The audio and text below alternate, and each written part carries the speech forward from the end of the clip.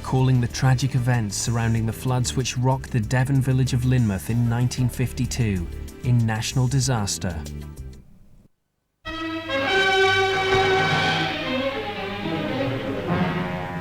Tragedy, sudden and appalling, descends upon the little seaside resort of Lynmouth.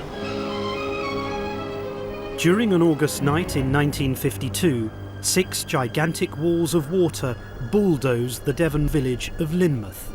It was Britain's worst natural disaster since the war.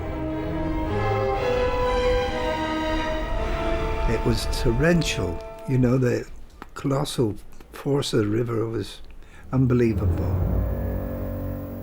And when we looked to see where the houses had gone, it was just a complete blank, black.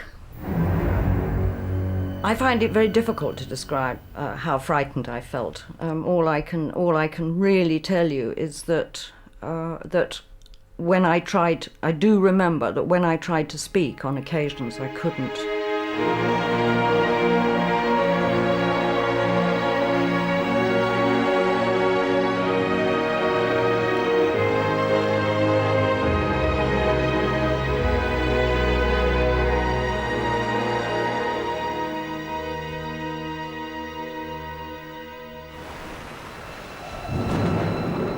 August 1952 had been unusually wet, especially in North Devon.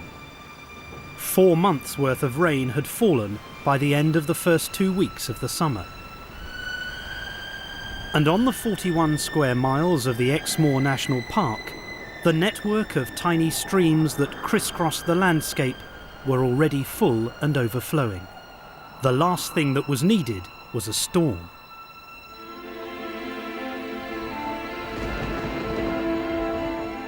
But by 10 o'clock on Friday the 15th of August, heavy banks of dark clouds had begun to creep across the skies of North Devon.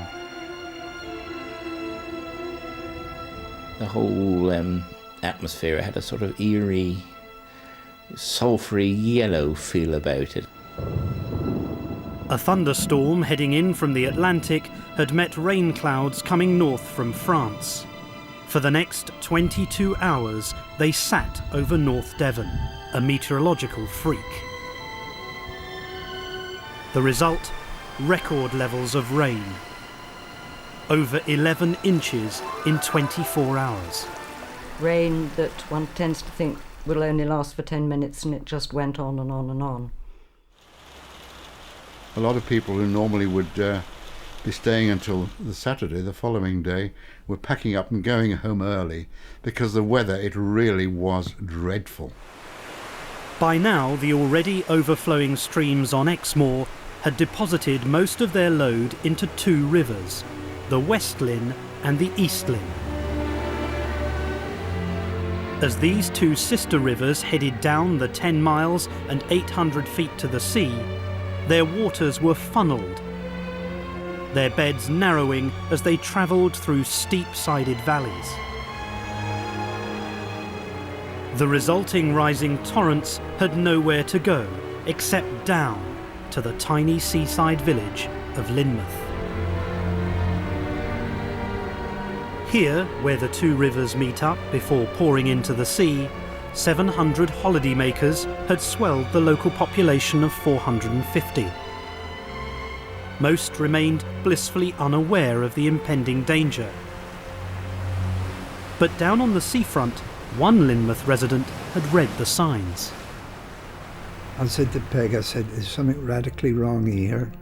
Tom Richards was responsible for the small fleet of rowing boats which he kept moored in Lynmouth's tiny harbour. Being a locum, brought up on the water, working on the sea and also the entrance to the harbour and everything, I knew there was something drastically wrong. And people wondered what I was worrying about. But in Lynmouth's village post office, where 17-year-old John Pedder was helping out his father, the weather was proving a good excuse for some time off. There was no business about, and so my father said, well, you better clear off fishing, my son. So I didn't need to be told twice, and I was gone. Well, when I arrived up at the river, it all seemed so eerie somehow. there was a sort of a sulphury look about the valley. I can't describe it any other way, but it was a sort of a yellow tinge that we hadn't seen before. The keen young fisherman had no idea that the discoloration of the water was the first real warning sign of what was happening 500 feet above. The distinctive orange Exmoor peat had been the first thing washed into the rising river. After the peat, trees, boulders, anything that impeded the flow of the floodwater was swept into the torrent as it sped towards Lynmouth. We are quite used to the river being in what we call spate and running a sort of dark brown colour. But by about tea time, it was not only dark brown, but it had turned to a very dark, muddy black colour. And that was quite unusual. Valerie Bevan was just 13 at the time. She lived in the Lindale Hotel. The position of the hotel in the middle of Lynmouth was now extremely vulnerable. Sat next to the Lindale Bridge, where the East Lynn meets up with the West, the hotel had rising rivers on two sides. By 7 o'clock, the kitchens in the basement were flooded. And I do remember being in the hall of the hotel with water coming in through the hotel. And so they were getting, by that stage, very worried. But dinner was served as usual. The residents that sat down to dinner were unaware that the river's ancient stone bridges were the only obstacles between them and an ever-increasing wall of floodwater. But Tom Richards knew exactly what was happening. And there's only one thing I was worried about, that the bridges further up the valley, the trees got across the bridges and built up, and there was quite lakes of water. One by one, the 38 bridges that spanned the East and West Lynns became blocked by the trees and boulders swept along by the torrents. One after another, 28 of these bridge dams would burst under the sheer pressure of water behind them. And it was now just before 8 p.m. that the first went.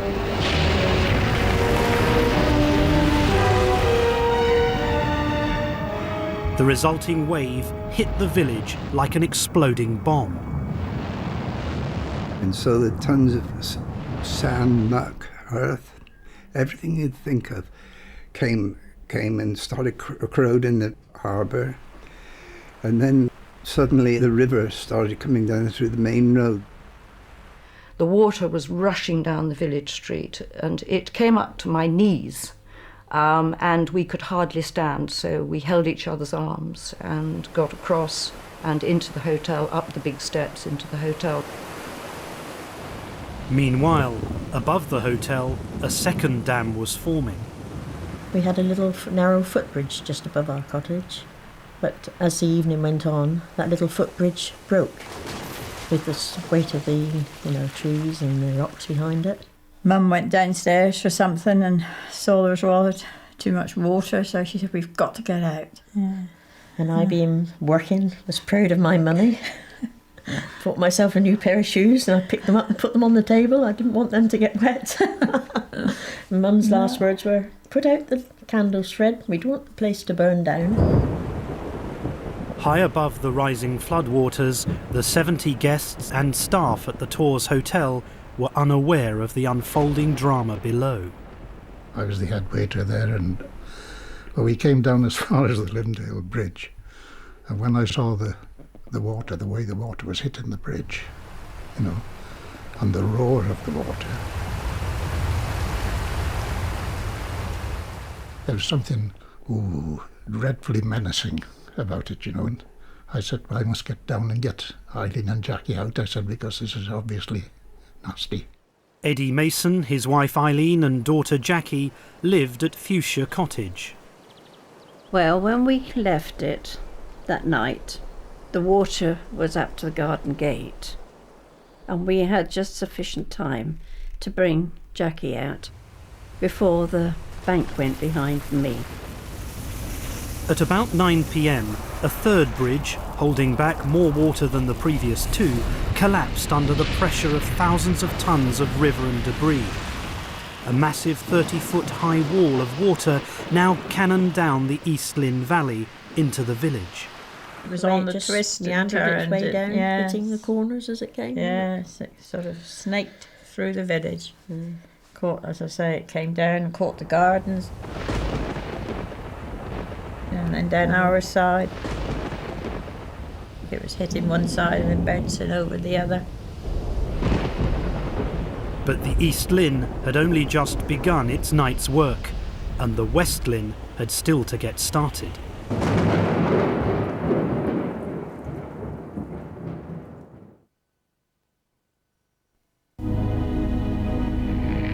The search for intelligent life. That is my life. Waiting for something to respond to me. But the answer is only miles, not light years away. The new Toyota Avensis with satellite navigation and a responsive VVTi engine. So, if it's out there, what am I doing here? The new Toyota Avensis.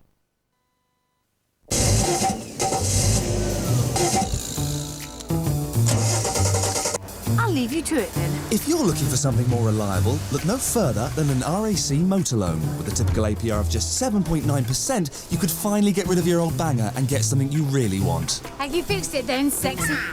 Yeah, getting there. And if you're not already a member, we'll throw in a year's RAC roadside membership. Call 0808 1000 250. A to B, we RAC to it. Ah, shopping. Not just great fun, but great exercise.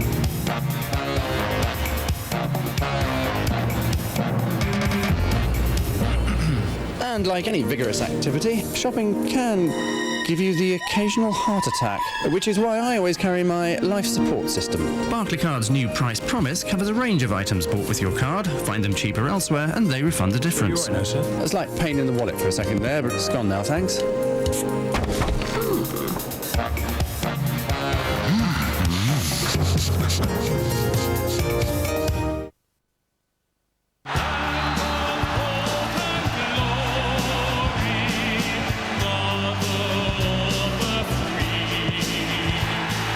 JJB, the official England sports stores, brings you the New England home kit.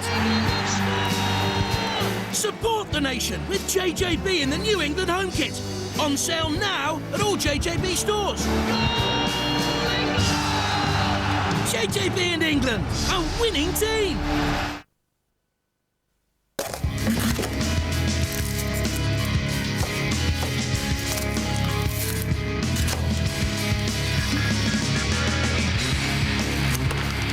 We chop, we peel, we slice, we de-seed. You cook.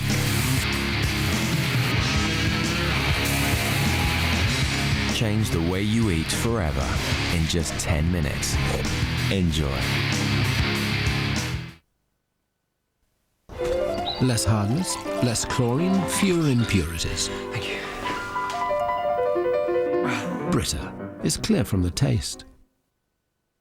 Some crimes are committed for revenge. He's been at this for years. And some for fame. Sandra has not committed the crime of the century yet. From the best-selling novel, Morgan Freeman. This is my game, and it's far from over. Along came a spider. This is the Dream Club, where great dreamers come to dream dreams others only dream of.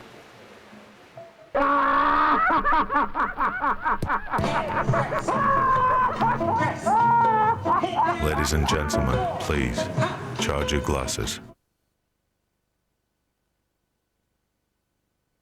Here's some food for thought. Britain is fast becoming the fattest nation in Europe. For years, they called me the Duchess of Pork. I think I can relate to the depression and despair of those suffering from obesity. In her first ever report for British television, Sarah Ferguson investigates Fat Britain. Tonight with Trevor McDonald after the news at 10 Thursday.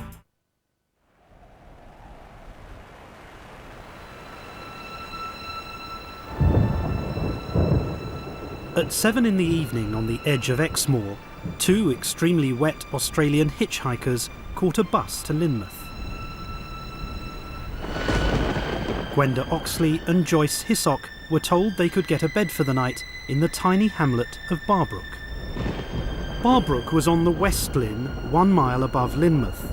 Alongside the river stood 12 1930s houses known as Barbrook cottages. The 2 Australians headed to number 10, where Emma Ridd did bed and breakfast. The West Lynn was now some 30 feet above previous flood level, and scaring Mrs. Ridd's 9-year-old neighbour, Dilys Jenkins. There was thunder and lightning, but you couldn't hear it for the boulders. That's how bad it was. And then the river started coming up over to the wall and then over the road. My 2 cousins from up the road came down to Dad's house and they said, Uncle Mansell, get out quick. He said, Granny's house and ours are gone. And Dad said, what do you mean gone? He said, down the river. The torrent had not only swallowed up 2 of the 12 cottages, it had also swept away all 9 occupants. 3 generations of Dilys Jenkins' family. One of the boys had never been found to this day. Uncle Fred was found over in Carmarthen in Wales, and Uncle Ron was out at Barry in Wales, and Granny was just unrecognisable. She hadn't got no head, no arms, no legs, no nothing. And that's what paid to Mother in the end, because Mum had to identify them all, one after another. But the West Lynn hadn't finished with the 10 remaining cottages. But we actually got out onto the roadside, and as we got out, we saw the house actually tumble into the river. The whole lot went in just like a dice. The 2 houses, Auntie Emma's and ours. That's how we knew that the Australian girls went as well. Although number 10 Barbrook cottages was empty when it collapsed into the water, its occupants were not spared. Emma Ridd and her young grandson had decided to try and reach Linton above.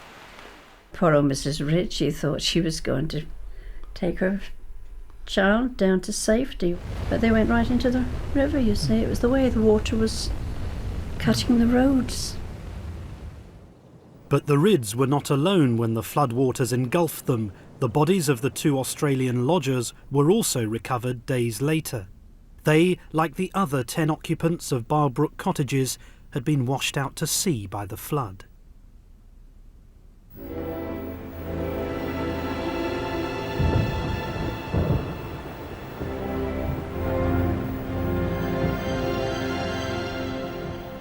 On reaching the village, the torrent had found its way blocked by the debris already damming the 2 bridges at the foot of Lynmouth Hill.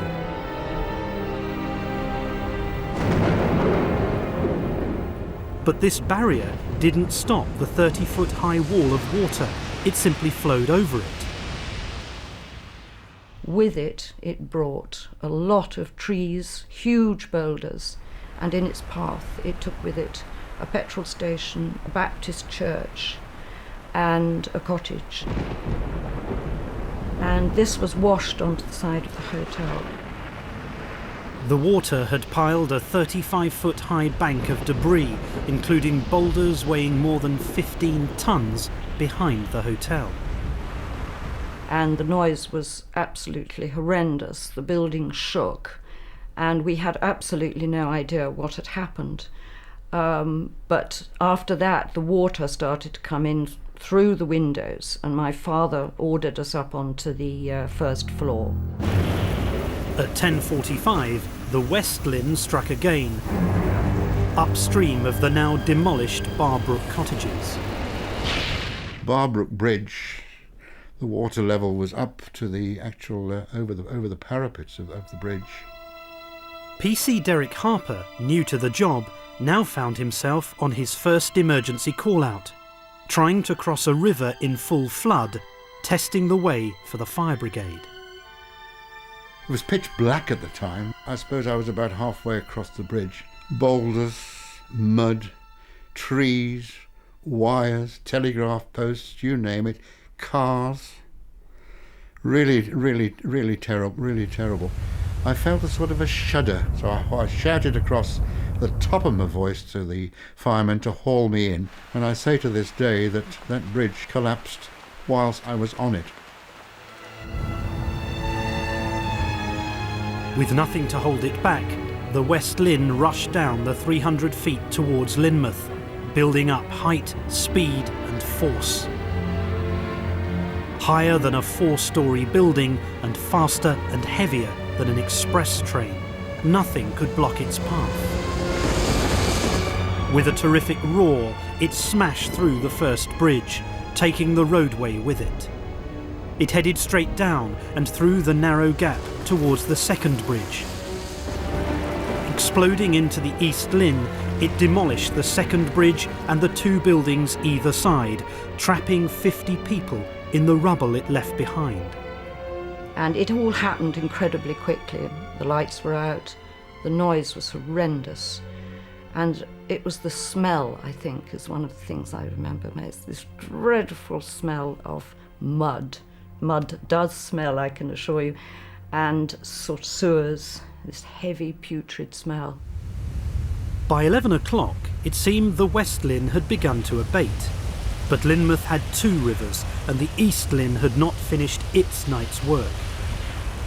At the Lindale Hotel, the 60 occupants were trapped on the 3rd floor as the water level of this river continued to rise. We had blankets which we wrapped ourselves in because we were very wet and it was very humid. And we did at one stage sing Abide With Me, but on the whole, we just sat there and waited because the noise, we could hardly hear ourselves speak, the noise was so bad. Then, just before midnight, a giant wave unleashed by another collapsing bridge tore off the back wall of the Lindale Hotel. My father told me that as he went into the bedroom, the far wall was just slipping away, and it was then that he realised that the whole of the back part of the hotel had gone and that we were now, completely surrounded and marooned by water.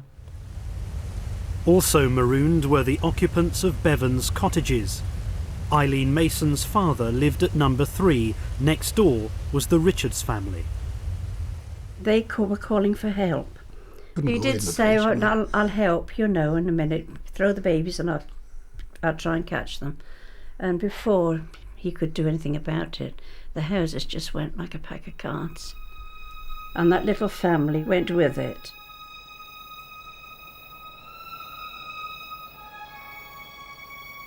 Bill Richards, his wife and 2 children, one 13 weeks old, were washed away.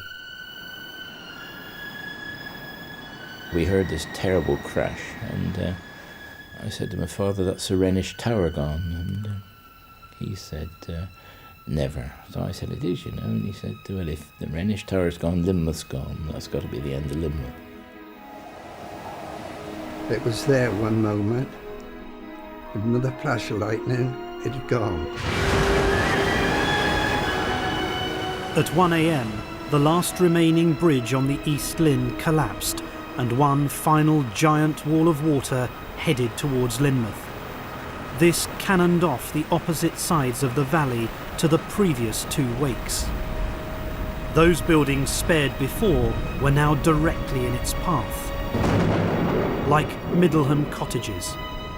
Here, in an upstairs room, 78-year-old Gabriel Litson waited with his sister Maud and her husband William. When the flood came, all the remainder of the people evacuated, and they pressed Gabriel to go as well, but he wouldn't. He said, no, I've seen floods before, I'm not going to worry about it. The 10 houses up at Middleham had no chance at all. They were right down on the riverbed when it was a normal river, so they really didn't have any chance.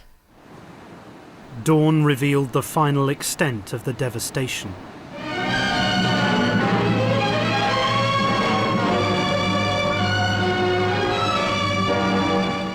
Yesterday, Lynmouth was a peaceful holiday resort. Today, it is a ruin. My beautiful village, which I absolutely loved and adored, looked to me just like a bomb site. We came back next morning and there was nothing. Nothing Yeah. whatsoever. You would never have known there was a cottages. The cottages were there. And the Lyndale Hotel, which was all badly wrecked. The bar and the bedrooms on the end were all gone, hanging. Well, when dawn broke, the river had subsided. And we were able to get out from the first floor onto this huge pile of rubble. And the first person we met was PC Derek Harper. But a girl I knew came up to me, seeing a man in uniform, threw her arms around my neck and said, "Derek," she said, "everything we've got, everything we had has gone. The whole place has been washed away." And as he came up from the riverside, and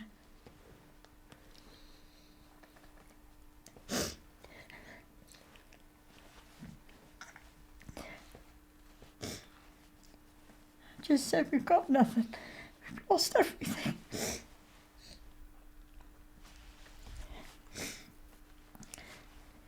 Yeah, he just cuddled me. And that was that.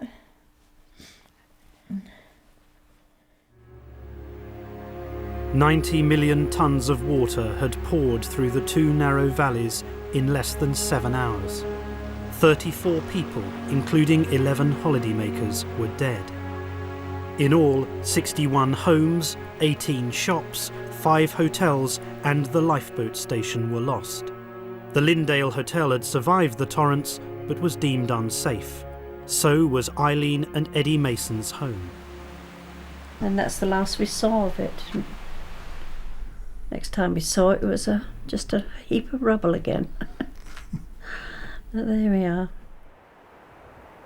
Lynmouth today is very different from the pre-flood village. There's a car park where the Lyndale Hotel once stood. The East Lynn's old course is now a new road. And a large training arm now guides a much wider river out to sea and away from a rebuilt Rhenish tower. Although here planners tried to ensure it will never happen again, there are similar land formations elsewhere on the west coast. The only missing element is the freak weather.